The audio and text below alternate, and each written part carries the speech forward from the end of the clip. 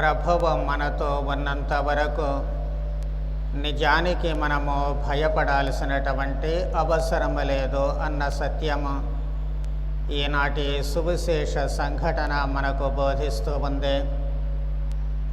ప్రభువు గలిలయ సరస్సులో ప్రయాణము చేసేటప్పుడు చెలరేగిన తుఫానును గద్దించినటువంటి విధానము, శాంతపరచినటువంటి విధానము, ప్రభువు మనకు తోడున్నట్లయితే ఎలాంటి తుఫానైనా ఆగిపోతుంది, శాంతిస్తుంది అన్నటువంటి వాస్తవాన్ని మన కళ్ళ ముందు ఉంచుతూ ఉంటుంది. అయితే మార్కు సువార్తను మనము జాగ్రత్తగా గమనించినట్లయితే దాని ప్రకారము ప్రభువు చేసినటువంటి 7వ అద్భుతము ఇదే. మొదటి అద్భుతము దయ్యాన్ని పారద్రోలడము, అంటే బయట నుంచి మనిషికి వచ్చేటువంటి శక్తులు, ఆ దుష్ట శక్తులను పారద్రోలడము. అక్కడ నుంచి 2వ అద్భుతము దగ్గర నుంచి 6వ అద్భుతము వరకు కూడా మానవ జీవితాన్ని చక్కదిద్దడానికి అవసరమైనటువంటి అద్భుతాలు మనకు కనిపిస్తూ ఉంటాయి. మొదటిగా మనిషిలో ఉన్నటువంటి సమతుల్యాన్ని సంరక్షించడము, అంటే జ్వరాన్ని పోగొడుతూ ఉన్నారు. ఉండాల్సిన దానికంటే ఎక్కువగా ఉష్ణోగ్రత శరీరములో ఉండడము. ఆ తర్వాత వివిధ రకాలైనటువంటి వ్యాధులు శరీరములో నుంచి ప్రభువు స్వస్థపరుస్తూ ఉన్నారు. ఆ తర్వాత సామాజిక పరంగా ఉన్నటువంటి అసమానతలు, కుష్ఠవ్యాధి రోగిని స్వస్థపరుస్తూ నాడు కుష్ఠవ్యాధిగ్రస్తులను సమాజము నుంచి వెలివేసేవాళ్ళు కాబట్టి వాళ్లను తిరిగి సమాజంలో కలిపేటువంటి ఆ అద్భుతాన్ని అక్కడ చేస్తూ ఉన్నారు. సమాజంలో ఉన్నటువంటి మనిషి మళ్ళీ వివిధ రకాల బలహీనతల చేత కుంటుబడిపోతూ ఉంటాడు కాబట్టి పక్షవాతపు రోగిలా మారిపోయినటువంటి మనిషిని మళ్ళీ బలపరచడం కోసము పక్షవాతపు రోగిని స్వస్థపరిచేటువంటి అద్భుతం చేస్తూ ఉన్నారు. అయినా మనిషిలో ఏదో ఒక చోట ఏదో ఒక లోపము ఉంటూనే ఉంటుంది. దాన్ని కూడా బలోపేతము చేసుకోవాలి అన్నటువంటి దానికి గురుతుగా 6వ అద్భుతముగా ఊచ చేయగలవానికి స్వస్థతనిస్తూ ఉన్నారు. ఇక 7వ అద్భుతము ఈరోజు ప్రకృతి శక్తుల నుంచి సంరక్షణ. ఈ సంరక్షణ మనిషి ఎప్పటికప్పుడు తనకు తాను కల్పించుకోవాల్సినటువంటి అవసరము. అందుకు దేవుని శక్తి తోడుగా ఉంటుంది అన్నటువంటి సత్యాన్ని ఈ అద్భుతము ద్వారా ప్రభువు బోధిస్తూ ఉన్నారు. మనము ఆనాటి సంఘటనను జాగ్రత్తగా గమనించినట్లయితే గలిలయ సరస్సు చాలా పెద్ద సరస్సు. ఈ సరస్సు దాదాపు 21 కిలోమీటర్ల పొడవు, 13 కిలోమీటర్ల వెడల్పు ఉంటుంది. దీనికి ఒకవైపున కొండలు, లోయలు ఉన్నాయి కాబట్టి ఆ కొండల లోయలలో నుంచి పుట్టినటువంటి గాలి ఒత్తిడికి తరచూ కూడా ఈ సరస్సు మీద భయానకమైనటువంటి తుఫానులు వస్తూ ఉంటాయి. అవి కూడా ఆకస్మికంగా వచ్చేటువంటివే. మనకు బంగాళాఖాతం నుంచి ఏ విధముగా తుఫానులు వస్తూ ఉంటుందో అలాగే ఈ గలిలయ సరస్సు కూడాను తుఫానులకు పుట్టినిల్లుగా, అది కూడా ఆకస్మిక తుఫానులకు పుట్టినిల్లుగా ఉంటూ ఉంటుంది. ఈ సరస్సు మీద శిష్యులు ప్రభువుతో పాటు ప్రయాణం చేయడం మనం చూస్తూ ఉన్నాము. అంటే ఒక ఒడ్డు నుంచి మరొక ఒడ్డుకు వెళదాము అని చెప్పి అంటూ ఉన్నారు ప్రభువు. ఈ ఒడ్డు అంటే 2 వైపులా భూమి ఉంది, మధ్యలో అక్కడ సరస్సు ఉంది. భూమి నుంచి భూమి మీదకి వీళ్ళ ప్రయాణం కొనసాగుతూ ఉంటుంది. ఇది మానవ జీవితానికి గుర్తుగా ఉంటుంది. దేవుని నుంచి వచ్చినటువంటి మనము, దేవుని ఊపిరి పోసుకుని ఈ లోకానికి వచ్చినటువంటి మనము మళ్ళీ అదే దేవుని చెంతకు చేరుతున్నాము అన్నటువంటి దానికి గుర్తుగా ఉంటుంది. ఈ మధ్యలో సరస్సు దాటడము అంటే ఈ జీవితాన్ని దాటడము. ఈ జీవితము సరస్సుతో పోల్చబడుతూ ఉంటుంది. మరి ఈ జీవితంలో శిష్యులు ప్రభువుతో పాటు చేసినటువంటి పడవ ప్రయాణము, ఆ పడవ మరేదో కాదు కానీ తల్లి శ్రీసభ. శ్రీసభలో మనం ఎప్పుడైతే సభ్యులుగా చేరుతూ ఉన్నామో, మనము ప్రభువుతో పాటు ఆ పడవలో అడుగు పెడుతూ ఉన్నాము. ఆ పడవలో శ్రీసభ అనేటువంటి పడవలో మనకు అవసరమైనటువంటి అన్నీ కల్పించబడుతూ ఉన్నాయి. కాబట్టి ఆ కల్పించబడినటువంటి దివ్యానుగ్రహాలతో, దివ్య సంస్కారాలతో మనము మన ప్రయాణాన్ని సురక్షితముగా కొనసాగిస్తూ ఉంటాము. ప్రయాణము సురక్షితము కానీ దానిలో తుఫానులు ఉంటాయి అనేది మాత్రము మర్చిపోకూడదు. వివిధ రకాలైనటువంటి తుఫానులు చెలరేగుతూ ఉంటాయి. మన జీవితంలో వచ్చేటువంటి తుఫానులు ఏమిటి అని మనము జాగ్రత్తగా అవలోకన చేసుకుంటే, మొట్టమొదటి రకపు తుఫానులు కుటుంబంలో వచ్చేటువంటి తుఫానులు. భార్యాభర్తల మధ్య వచ్చేటువంటి తుఫానుల గురించి నేను చెప్పాల్సినటువంటి పని పెద్దగా ఉండదు.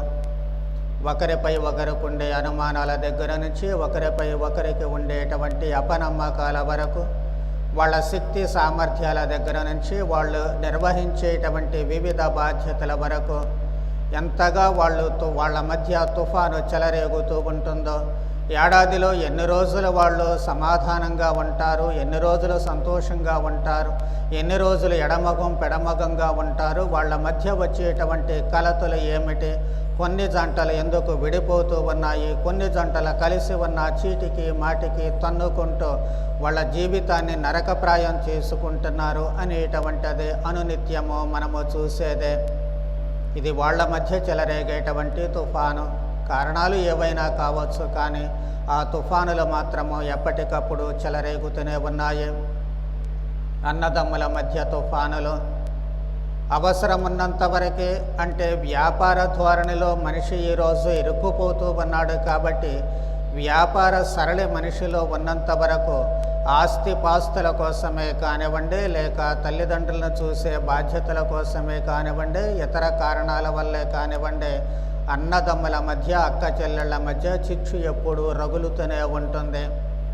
అందుకే ఒకనాడు ఉమ్మడి కుటుంబాలు ఉండేవి. అంటే అందరూ కలిసి ఒకే కుటుంబముగా జీవించేవాళ్ళు, అన్నదమ్ములందరూ తల్లిదండ్రులతో కలిసి.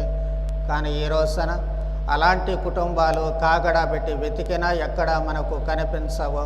ఎందుకు అంటే కలిసి జీవించలేకపోవడమే. ఎందుకు అంటే మళ్ళీ వాళ్ళ మధ్య ఏర్పడేటువంటి లేక చెలరేగినటువంటి తుఫానులే అందుకు కారణము.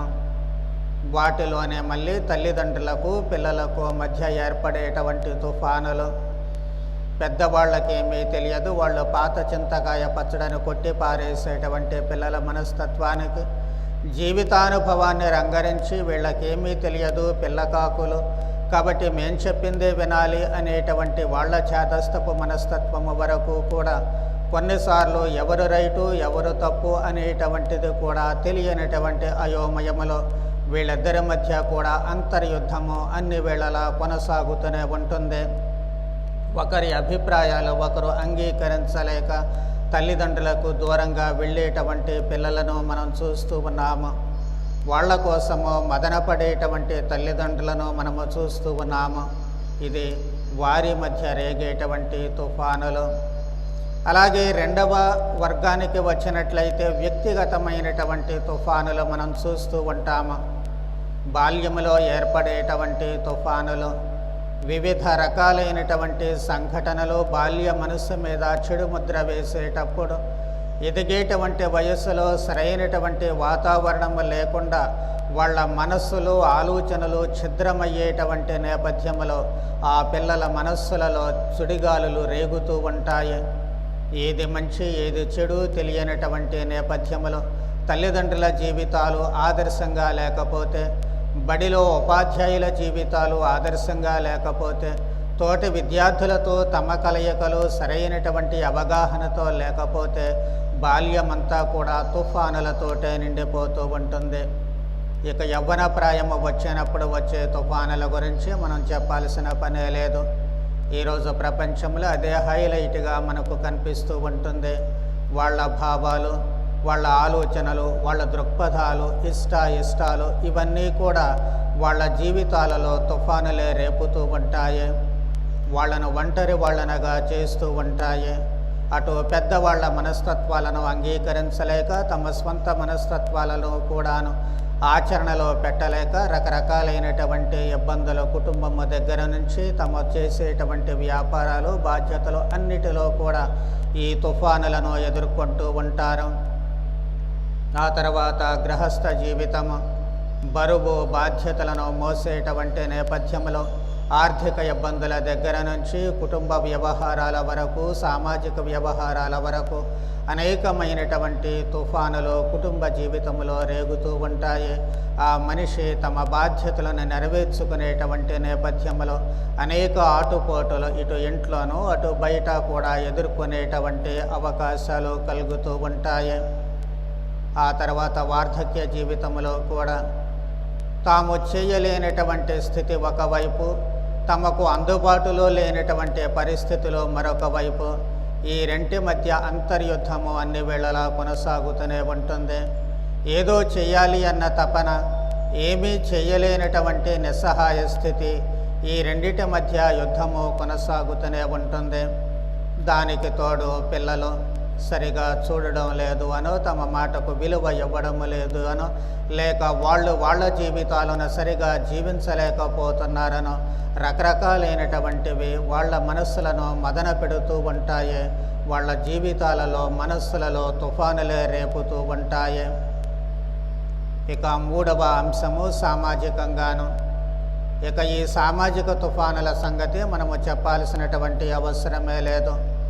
రకరకాలైనటువంటి అసమానతలు సమాజంలో ఉన్నంత వరకు కూడాను ఈ తుఫానులు చెలరేగుతూ ఉంటాయి. మనుషులలో ఉండేటువంటి వర్గ విభేదాలు, నీ ఊరు నా ఊరు అన్నటువంటి దగ్గర నుంచి ప్రారంభమై నీ భాష నా భాష అనేంత వరకు, నీవాడు నావాడు, నీ కులము నా కులము అనేంత వరకు, లేక నీ వృత్తి నా వృత్తి అనేటువంటి వరకు కూడా రకరకాల రంగాలలో రకరకాలుగా ఈ తుఫానులు సృష్టించబడుతూ ఉంటాయి. వైషమ్యాలు, పగలు, ద్వేషాలు, చివరకు మారణకాండ వరకు కూడా దారి తీస్తూనే ఉంటాయి. అలాగే నాగరికత కూడాను. ఈ నాగరికత పేరులో కూడా సామాజికమైనటువంటి యుద్ధాలు ప్రారంభమవుతూ ఉంటాయి. అంటే సంఘర్షణలు ప్రారంభమవుతూ ఉంటాయి. అవి తారాస్థాయికి చేరినప్పుడు ఈ వివిధ రంగాలలో ఏర్పడినటువంటి తుఫానులలో మనిషి అతలాకుతలమైపోతూ ఉంటాడు. శిష్యులు ఏ విధముగా గలిలయ సరస్సులో తాము ప్రభువుతో ఉన్నప్పటికీ కూడా తమ పడవ అలల తాకడికి చిందరవందరైపోయి మునిగేటువంటి పరిస్థితులు ఏర్పడుతూ ఉన్నాయో, ఇప్పుడు మనం అనుకున్నటువంటి ఈ వివిధ రంగాలలో ఏర్పడినటువంటి తుఫానులు మన జీవితాలను అంతము చేసేటువంటి స్థాయికి తీసుకొని పోతూ ఉంటాయి. అందుకే అనేక సార్లు అనేక మంది ఈ ఆత్మహత్యల వరకు వెళుతూ ఉన్నారు. మరికొంతమంది ఇతరులను చంపేంత వరకు, హత్య చేసేంత వరకు, శారీరకంగా కానీ మానసికంగా కానీ హత్యలు చేసేంత వరకు కూడా వెళుతూ ఉన్నారు. మరి ఆ రోజు సువిశేషం చెప్పబడుతూ ఉంటుంది, వారితో పాటు యేసును కూడా తీసుకుని వెళ్ళారు అని. ప్రభువు వారితో అసలు రమ్మన్నదే ప్రభువు, కానీ సువిశేషకారుడు ఏం చెబుతూ ఉన్నారు అంటే తమతో పాటు యేసును పడవలో తీసుకుని వెళ్ళారు.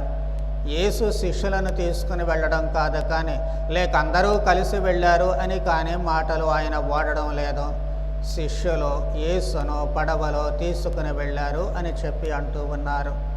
ఎన్ని తుఫానులు మనలను చుట్టుముట్టినప్పటికీ మనం చేయాల్సినటువంటి పని అదే, యేసును మనతో తీసుకువెళ్ళాలి.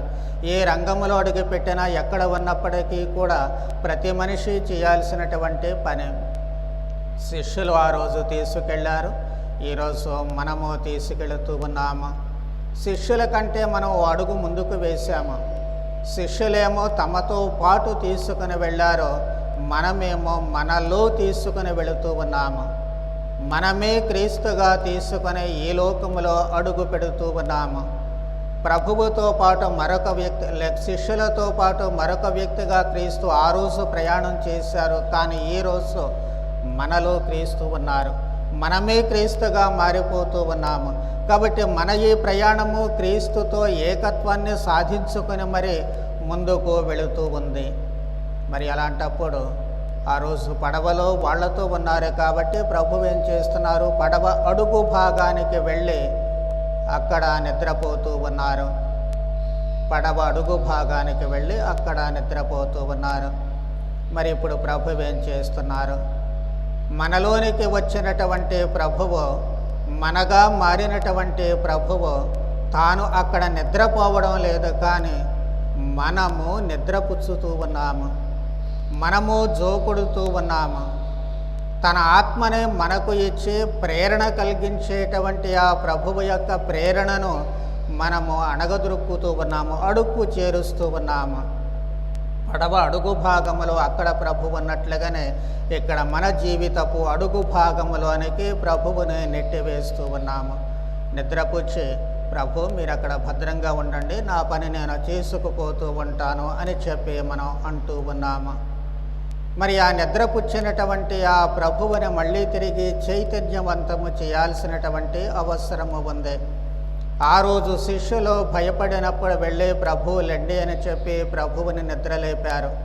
మీకేమీ పట్టడము లేదా, మేము చచ్చిపోతున్నాము అని చెప్పి అప్పుడు చెబుతూ ఉన్నారు. మరి ఈరోజు మనలో ఉన్నటువంటి ప్రభువుని ఎవరు మేల్కొల్పుతారు? మనమే మేల్కొల్పుకోవాల్సినటువంటి అవసరము ఏర్పడుతూ ఉంటుంది.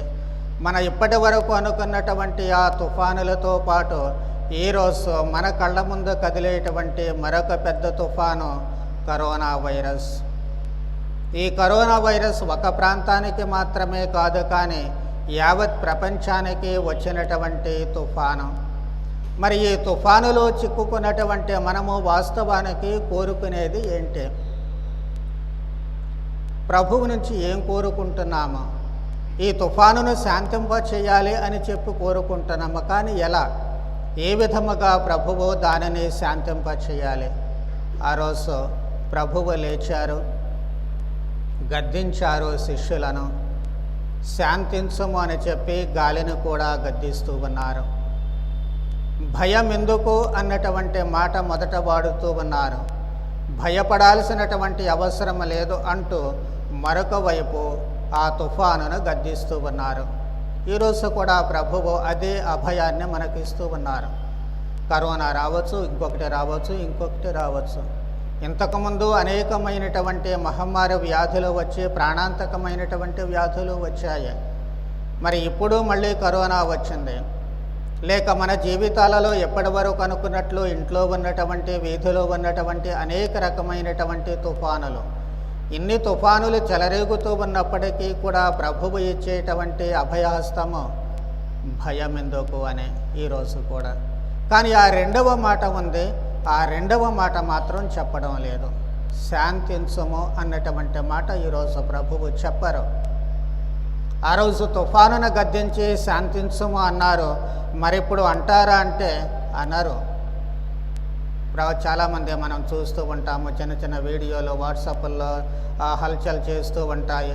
కొంతమంది గట్టిగా కింద కాళ్ళకేసి తొక్కుకుంటూ corona go go, corona go, corona go అని పెద్ద పెట్టను అరుస్తూ చిందులేస్తూ ఉంటారు.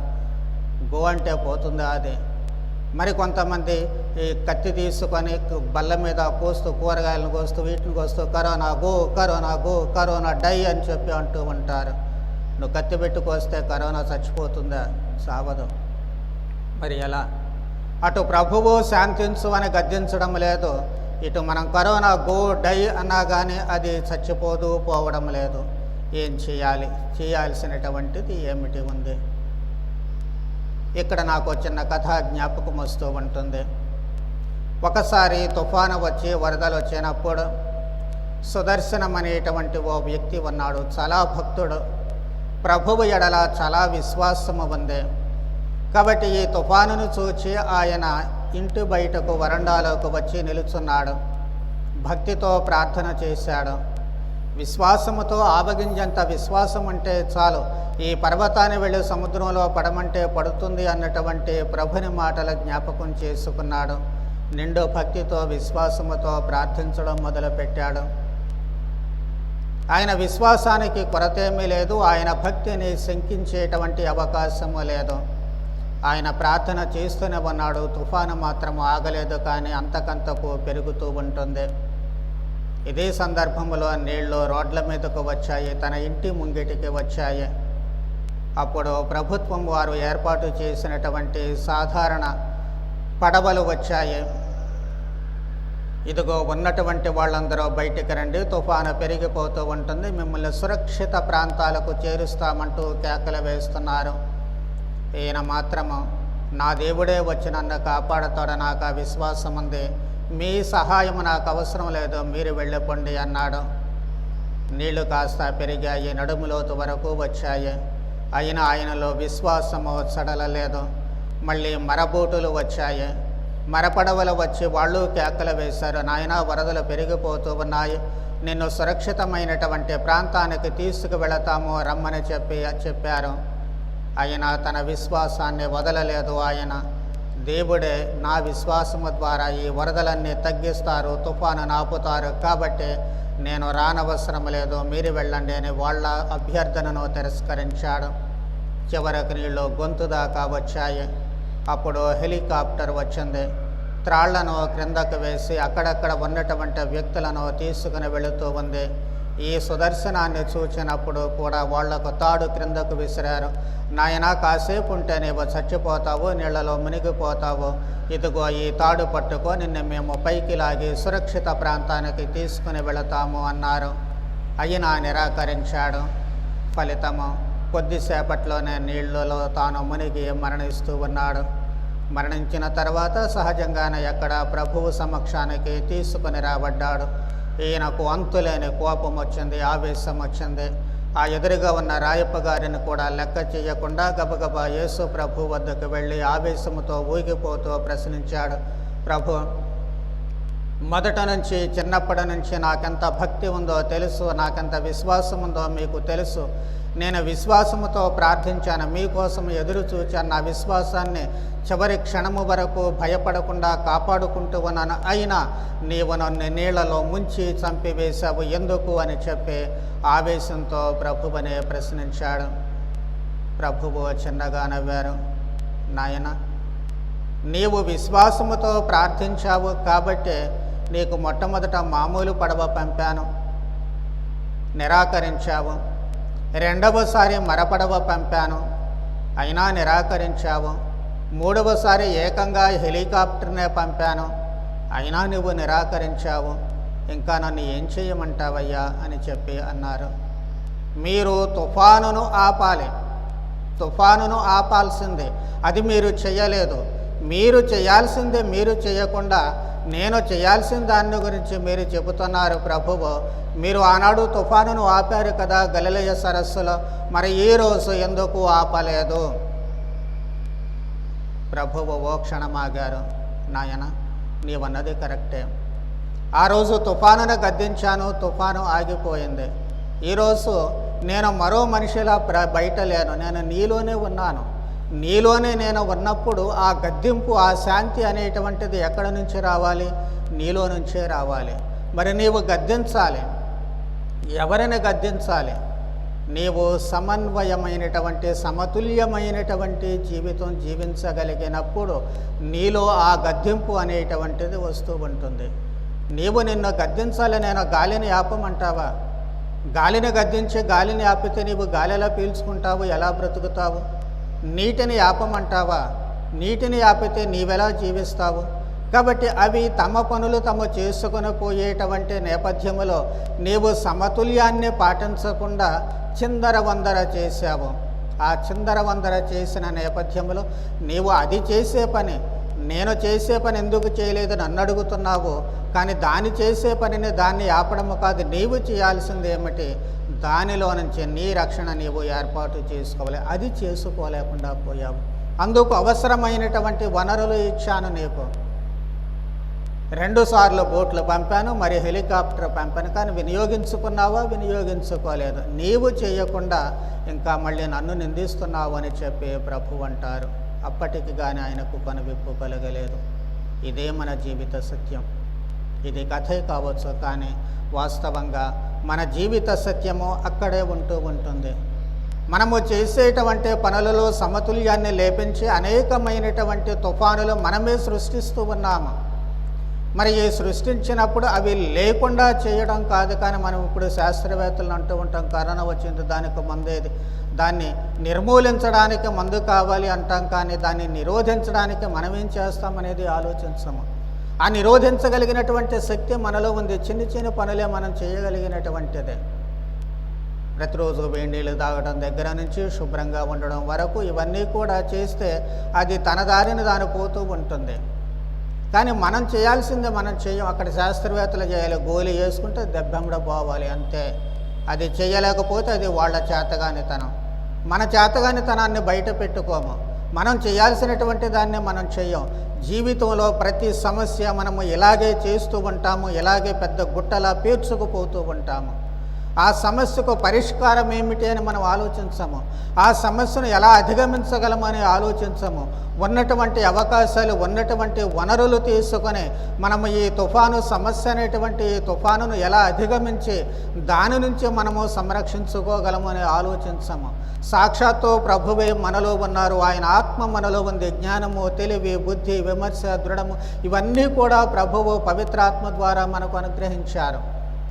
7 వరాలు ఉన్నాయి, 12 అనుగ్రహాలు ఉన్నాయి. కానీ వాటిని మనం ఏం చేస్తున్నాం? జోకుడుతున్నాం లోపల పెట్టి. అడుగున పడేసాము. పడవలో ప్రభువు ఎలా అడుగున ఉన్నారో మన జీవితంలో కూడా వాటిని అడుగున పడేస్తూ ఉంటాం, స్టోర్ రూములో పడేస్తూ ఉంటాం. అసలు అవి ఉన్నాయి అనేటువంటి జ్ఞానం కూడా చాలాసార్లు మనకు ఉండదు. కనీసం పవిత్రాత్మ వరాలు 7 వరాలు ఎన్ని అని అడిగినా కానీ సమాధానం తొడుక్కునేటువంటి వాళ్ళు చాలామంది ఉన్నారు. అవన్నీ మనకు నోటికి వచ్చు అంటే వాటితో మనకేంటంటే పని అనుకునే వాళ్ళు ఉండారు. ఎంతమందికి వచ్చు అనేటువంటిది ప్రశ్నార్థకమే. మరి అవి ఉన్నాయి అని తెలిసినప్పుడే వాటిని మనం వినియోగించుకోగలము. వాటిని వినియోగించుకొని మనకు వచ్చేటువంటి ముప్పును తప్పించుకోగలము. ఆ ముప్పుని నిరోధించడానికి అవకాశము కలుగుతూ ఉంటుంది. అందుకు మనలో ఉండేటువంటి భయాన్ని వదిలివేయాలి. ప్రభువు నాతో ఉన్నారు, అభయం ఇస్తూ ఉన్నారు, నేనున్నాను కదా అని చెప్పి. మరో సందర్భంలో నేనే కదా భయపడకుడు అని చెప్పి ప్రభువు అంటూ ఉన్నారు. సముద్రంలో వచ్చినప్పుడు ప్రభువుని చూచి వాళ్ళు దెయ్యము అనుకున్నప్పుడు నేనే కదా భయపడకుడు. ఈ భయము అనేటువంటిది మనలో నుంచి తీసివేయాలి. ఆ భయము లేకుండా ప్రభువు నాతో ఉన్నారు, నేను చేయాల్సినటువంటిది నేను చేస్తాను. ప్రభువు వచ్చి దాన్ని ఆగు అని చెప్పి చెప్పడం కాదు, కానీ ప్రభువు వచ్చి నా సమస్యను తీసి అవతల పెట్టడం కాదు, కానీ ఈ సమస్య నేను ఎదుర్కొనేటువంటి సమస్య నా కుటుంబ సమస్య కావచ్చు, నా వ్యక్తిగత సమస్య కావచ్చు, నా సామాజిక సమస్య కావచ్చు, వ్యాపారంలో వచ్చేటువంటి లేక బాధ్యతల సమస్య కావచ్చు, ఎలాంటి సమస్య అయినా సరే ప్రభుని వరానుగ్రహాలు నాతో ఉన్నాయి కాబట్టి వాటిని వినియోగించుకొని నేను అధిగమిస్తాను అన్నటువంటి దృఢ సంకల్పము ఉండాలి.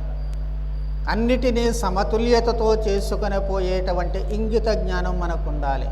అది లోపించినప్పుడు ఈ సమస్యల వలయములో చిక్కుకుపోతామో, ఏం చేస్తామో మనకు తెలియదు, ఏం మాట్లాడుతుంటామో మనకు తెలియదు, ఎలా జీవిస్తుంటామో మనకు తెలియదు. మన జీవితం అంతా గందరగోళంతో పోతూ ఉంటుంది. చివరకు ఎవరో ఏదో చెప్పాలి అని మాత్రమే చూస్తూ ఉంటాము. నీ జీవితానికి నీవు నిర్ణయం తీసుకోగలవంటే తీసుకోలేకపోతుంటావు. వేరే వాళ్ళు చెప్పాలి. నీకు అన్నం తినాలన్నా వేరే వాళ్ళు చెప్పాలి, పని చేయాలన్నా వేరే వాళ్ళు చెప్పాలి. ప్రతిదానికి వేరే వాళ్ళ వైపు చూడడం అలవాటు అయిపోతూ ఉంటుంది. అలా ఎంతకాలం మనం పోగలము? మనలో ఉన్నటువంటి దైవశక్తి ఏమిటి? మనలో ఉన్నటువంటి వరానుగ్రహాల సంగతి ఏమిటి?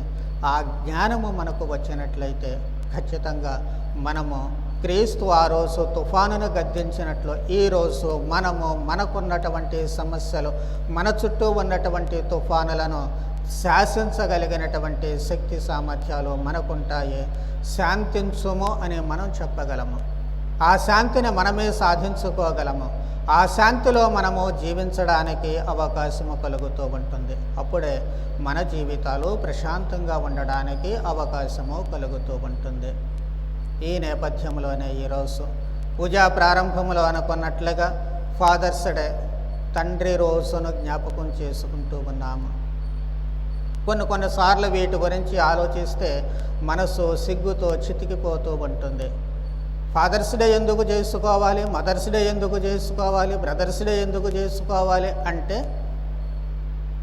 బాబు నువ్వు మర్చిపోతున్నావు నాయన, నీకు నానున్నాడని. అమ్మ మర్చిపోతున్నావు, నీకు అమ్మ ఉంది అని. నీ వాళ్ళని పట్టించుకోకుండా వదిలివేస్తూ ఉన్నావు, వాళ్ళని ఈ రోజన్నా జ్ఞాపకం చేసుకో అని చెప్పి మనకు ఈ యావత్ ప్రపంచము కలిసి ఈ రోజును నిర్ణయించి మనిషిలో ఉన్నటువంటి ఈ నిద్రమత్తును వదలగొట్టడానికి ఈ రోజును ఏర్పాటు చేస్తూ ఉంటుంది.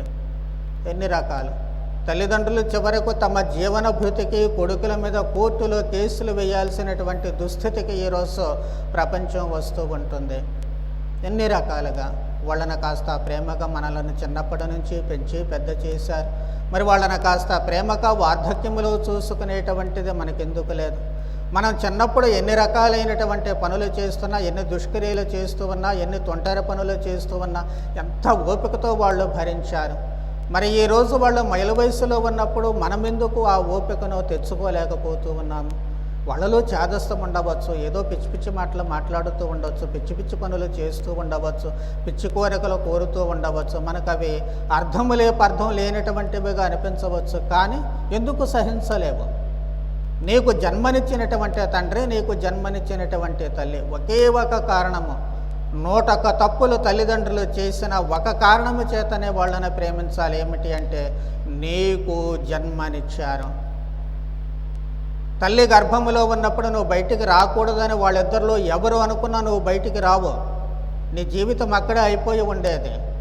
కానీ వాళ్ళు ఎంతో ప్రేమతో, ఎంతో సహనముతో తమ ప్రాణాలు పణంగా పెట్టి నిన్ను ఈ లోకానికి తీసుకుని వచ్చారు. ఈ ఒక్కటి మనం జ్ఞాపకం ఉంచుకుంటే చాలు. మన తల్లిదండ్రులను మనము ఎంతగా గౌరవించాలి, ఈ మలి వయస్సులో వాళ్ళను ఎంత జాగ్రత్తగా చూసుకోవాలి అన్నటువంటి సత్యము బయలుపడుతూ ఉంటుంది. మనము చాలాసార్లు మన విచారణలో ఈ పండుగలో వచ్చినప్పుడు మనము తల్లిదండ్రుల కాళ్ళను కడిగి వాళ్ళ కాళ్ళకు దండం పెట్టుకోమని చెబుతూ ఉన్నాము. కొంతమంది అంటూ ఉంటారు, స్వామి ఆ గౌరవం మనసులో ఉండాలి, కానీ కాళ్ళు కడిగితే ఏముందంటే కడిగినా ఒకటే కడగకపోయినా ఒకటే. బుద్ధి లేనటువంటి మాటలు అవి. ఏమి నీకు చిన్నతనమా నీ తల్లిదండ్రుల కాళ్ళు కడగడానికి? నీవు పసి వయసులో ఉన్నప్పుడు నీకు అన్నీ వాళ్ళే చేస్తూ ఉన్నారు కదా. ఈ రోజున గౌరవ సూచకంగా వాళ్ళ కాళ్ళు కడిగి వాళ్ళ కాళ్ళని దండం పెట్టుకోవడానికి, ఆ కాళ్ళు ముద్దు పెట్టుకోవడానికి నీకు అంత చిన్నతనం ఎందుకు? పసి వయసులో నీకు స్నానం చేయించేటప్పుడు నీ కాళ్ళను ఎన్నిసార్లు వాళ్ళు ముద్దు పెట్టుకుంటారో నీకు ఎప్పుడైనా తెలుసా? మరి ఈరోజు గౌరవ సూచకంగా ఎందుకు చేయలేకపోతున్నావు? ఏ పని చేసినా, లేక ఉద్యోగానికి వెళ్ళినా, ఏదైనా పని ప్రారంభించినా, చదువు ప్రారంభించినా, బడికి మొదటిసారిగా వెళుతూ ఉన్నా కానీ, స్కూల్స్ రీఓపెనింగ్ అప్పుడు కానీ నీ తల్లిదండ్రుల కాళ్ళకు దండం పెట్టుకొని కనీసం వాళ్ళ ఆశీస్సులు తీసుకున్నావా ఎప్పుడన్నా? వాళ్ళ ఆశీస్సులు ఎప్పుడూ ఉంటాయండి, ఉంటాయి. వాళ్ళది వాళ్ళ వైపు నుంచి, కానీ నీ వైపు నుంచి ఏది? వాళ్ళ ఎడల గౌరవము భక్తి ఎందుకు లేకుండా పోతున్నాయి? అందుకే ఈరోజు మన చదువులన్నీ అలా తగలడిపోతూ ఉన్నాయి. ఆ గౌరవము భక్తి లేనప్పుడు మెకానికల్గా కంప్యూటర్లా పోతూ ఉన్నాం తప్ప మనలో జ్ఞానము అనేటువంటిది లేకుండా పోతూ ఉంటుంది, ఆలోచన శక్తి అనేటువంటిది లేకుండా పోతుంది, విచక్షణ జ్ఞానం అనేటువంటిది నశించిపోతూ ఉంటుంది. ఎందుకు అంటే పెద్దల ఎడల గౌరవ భావము లేకుండా పోవడము. దేవుడు వారి ద్వారా మనలను దీవిస్తున్నారు అన్నటువంటి సత్యాన్ని మర్చిపోతూ ఉన్నాము. పెద్దలు ఊరికే సరదాగా చెప్పలేదు, పితృదేవోభవ మాతృదేవోభవ అని. తండ్రి దేవునితో సమానము, తల్లి దేవునితో సమానము అని. దేవుడు తన తర్వాత తాను మనతో ఉండడము కోసము మనకు ఈ తల్లిదండ్రులను ఇచ్చారు అని చెప్పి పెద్దలు చెబుతూ ఉంటారు.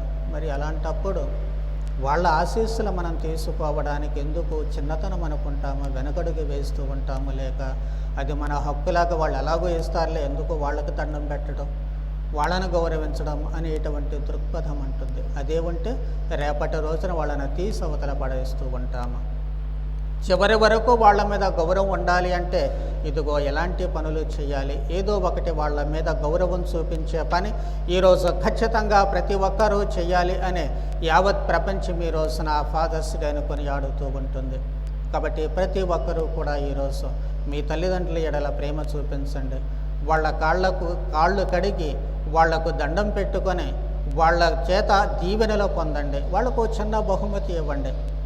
ఏదో ఒక బహుమతి ఈరోజు మీకు ఇస్తే ఎంత మురిసిపోతారు వాళ్ళు. మీకు జీవితాన్నే ఇచ్చారు, కానీ ఓ చిన్న బహుమతి ఈరోజు, అమ్మా నీకు ఇదిగో నీ బహుమతి, నాన్న ఇదిగో నీకు బహుమతి అని చెప్పి మీ చేతులతో ఇచ్చినప్పుడు వాళ్ళు ఎంత పొంగిపోతూ ఉంటారో మనం చూడవచ్చు.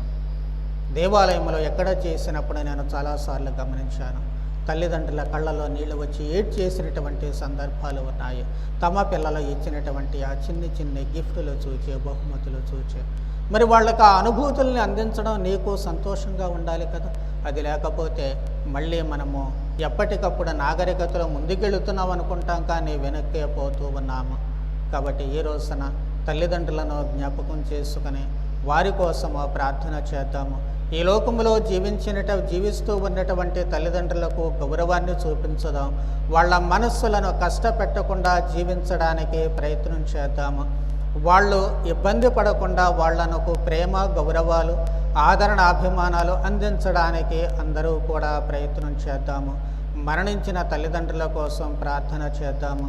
వారు దైవ సమక్షములో దేవుని యొక్క వరానుగ్రహాలతో దేవుని సన్నిధిలో మోక్షములో భాగాన్ని పొందగలిగేటట్లు వారి పాప విమోచన కోసము ప్రార్థన చేద్దాము.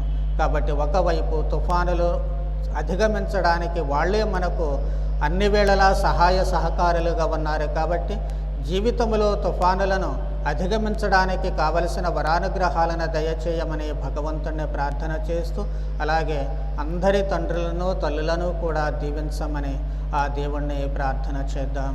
పితా పుత్ర పవిత్ర ఆత్మ నామమున.